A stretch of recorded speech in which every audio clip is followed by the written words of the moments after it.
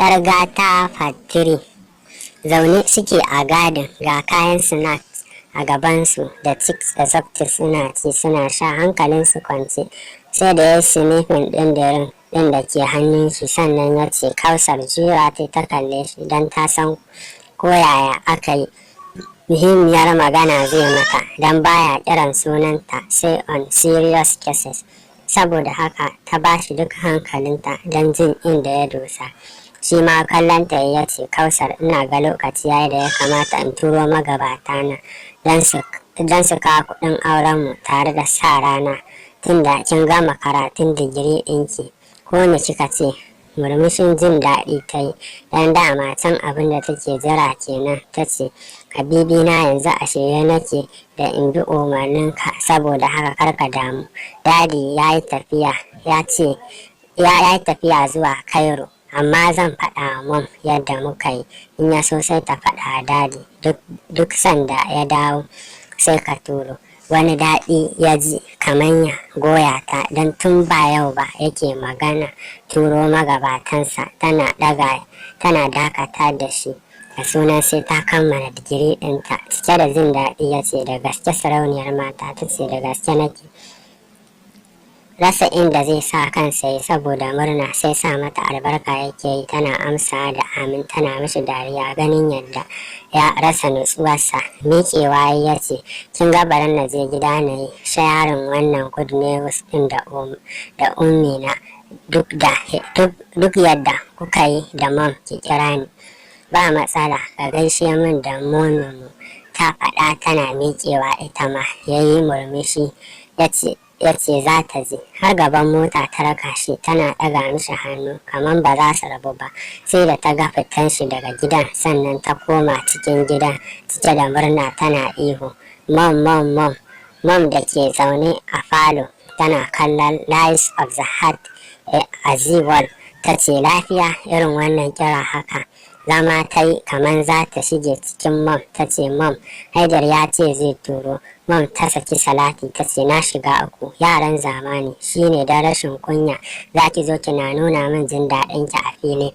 Rufe fuska ta da mayafinta, wai ita kunya. Mom ta ce, ai shi kenan, zan sanar da mahaifinki da in mun yi waya tunda kin gaji da zama da ni. In ya so ko wurin baba mai Kano ne sai su je su yi magana tunda baban naki baya gari. Miƙewa ta yi ta ce, yawwa mom, ya ce na gaida ke. Ba zan ansa ba tunda bai shigo ya gaishe ni ba. Ita dai murmushi ta yi ta miƙe ta haura sama zuwa ɗakin ta cike da murnar Haidar ya kusa zama na ta halak malak. Ta samu ta haura wuta ta ɗaura tukunya. Ta samu ta hura wuta ta ɗaura tukunyar tuwo don ta san ita ɗin ce za ta tuƙa ba wani ba. Garin masara ta je ta ɗebo ta zo ta tuƙa tuwon ya yi laushi ya yi sumul, sannan ta daka kuka. Sai da aka yi isha Malam Tanimu ya shigo gida. Zinaru ta aika mishi da abincin shi sannan ta gargaɗi Bintoto cewa in ya tambaye ta ci abinci ta ce eh. Haka kuwa aka yi. Ko da ya tambaye ta ta ce mishi eh.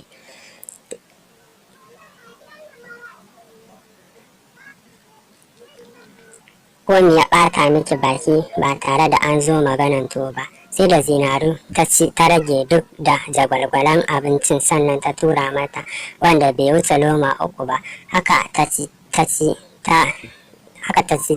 waje ta ajiye wurin wanke-wanke ta ɗauraye hannunta ta shiga ta wa mahaifinta. Sai da safe ta fito ta wa Zinaru da ke kwance tsakar gida daga ita sai ɗaurin kirji. Sai da safe sannan ta ɗago tabarmarta ta fito soro don anan take kwana. Ku ji wani rashin imani, ita ta kwana a ɗaki mai dumi ta bar yarinya a soro, ga sanyi ga sauro. Fi sabilillahi, hakkin wannan mareniya kaɗai ya ishe ta shiga wuta. Amma tsabar san duniya an manta cewa za a mutu. Wallahi mi hattara mata, mi hattara a daina musgunawa yaran da ba namu ba saboda muna ganin ba mu muka haife su ba, da ɗana kowa ne. kuma kiwon shi Allah ya bamu, gobe kiyama zai tambaye mu yadda muka kiwata masa amanan da ya bamu. Allah ya sa mu dace. Tunda asuba ta tashi ta yi wanke-wanke, ta yi shara, ta ɗebo ruwa, ta cika randunan gidan, sannan ta shiga wanka. Wani kaya ta ɗauko kayan kan igiya ta sa ta wanke, wanda ta cire ta shanya, ta zauna tana jiran fitowar Zinaru. Bayan Zinaru ta fito ba maganan sallah bare salati, ta ɗarga koko da ruwan da Bintu ta ɗaura, sannan ta fito ta aika ta siyo mata kosai ta zauna gabanta ta ci, ba tare da ta baiwar Allah nan ba. Tsugunni take a gaban Zinaru a yayin da Zinaru ke kirga kuka.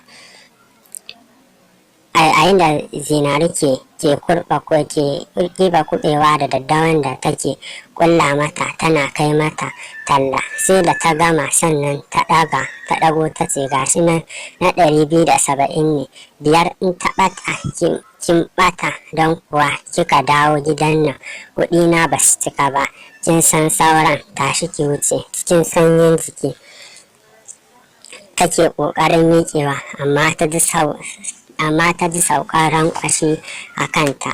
Ba za ki yi abu da jiki ba, kin tsaya kina abu kamar wacce ba ta da jini a jiki. Kallon Gwaggo ta yi, sannan ta ɗauki tire ɗin ta ɗaura a kai ta ce Gwaggo sai na dawo, saura ki je ki zauna. Gwaggo ta faɗa tana hararar ta cike da ɗan tsana. Fita ta yi ta dinga shiga gida ga kuɓewa ga kuka ga daddawa. Duk gidan da za a siya sai a kira ta, in ba za a siya ba kuma sai a ce mata Allah ba da sa'a. Kafin rana ta fito har ta siyar da duka. Cike da murna ta dinga sauri ganin tallanta ya yi saurin karewa. Ta san yau za ta ci abincin safe da wuri. Shiga gida ta yi da sallamanta a Zinaru da ke tsakar gida tana baka ce shinkafar Hausa, ta ce har kin yi ne Gwaggo na siyar duk sun kare, ga cinikin kina. Ta fada tana mika mata kuɗin, karɓa ta kirga ta ga sun kai cip ta soke kuɗinta a gefen zani, sannan ta ce ta shiga ga gujiya can kan wuta ya dahu, tsiyaye ruwan ki juye kan faranti. Tashi ta yi abin da aka sa ta, sannan ta dawo ta ce Gwaggo na gama.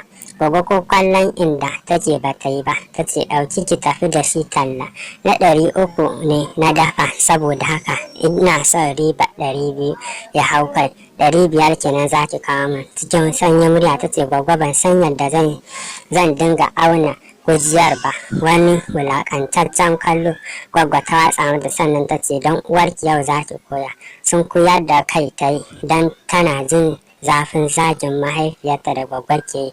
Cike da tsoro da fargaba ta ce Gwaggo yunwa nake ji. Hararta Gwaggo ta yi cike da masifa ta ce ban ga daman ba da abinci yanzu ba, tashi ki wuce.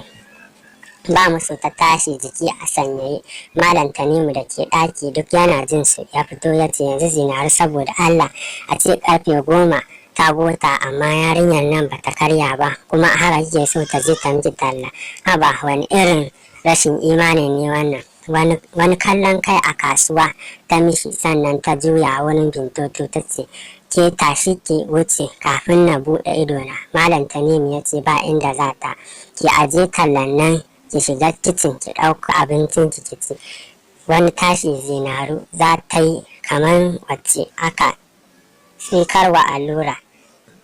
Ta ce wallahi malam ka kiyaye ni, ka fita daga idona in rufe, daga nan ka miƙa min yarinyar nan ka ce ka bani halak malak, to yanzu ina ladabtar da ita yadda ya dace kana hanawa. Girgiza kai ya ce amma kin ji kunya wallahi, wannan wace irin ladabtarwa ce, a ce tun safe baki ba yarinya abinci ba har 10 ta gota, ke kin cikin ita kuma kin barta da yunwa kuma kin tura ta talla.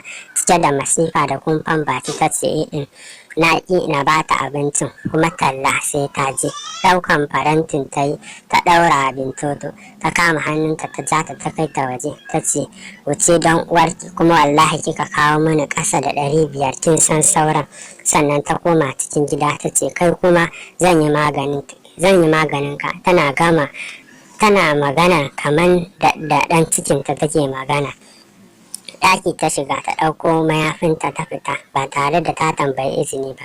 Shi kuwa girgiza kai yayi yana takaicin halinta. Tafiya take tana sumbatu tana cewa a'a ina naga ta zama malam na neman ya botsare min ai wallahi wurin boka na zan je ya mun maganin shi.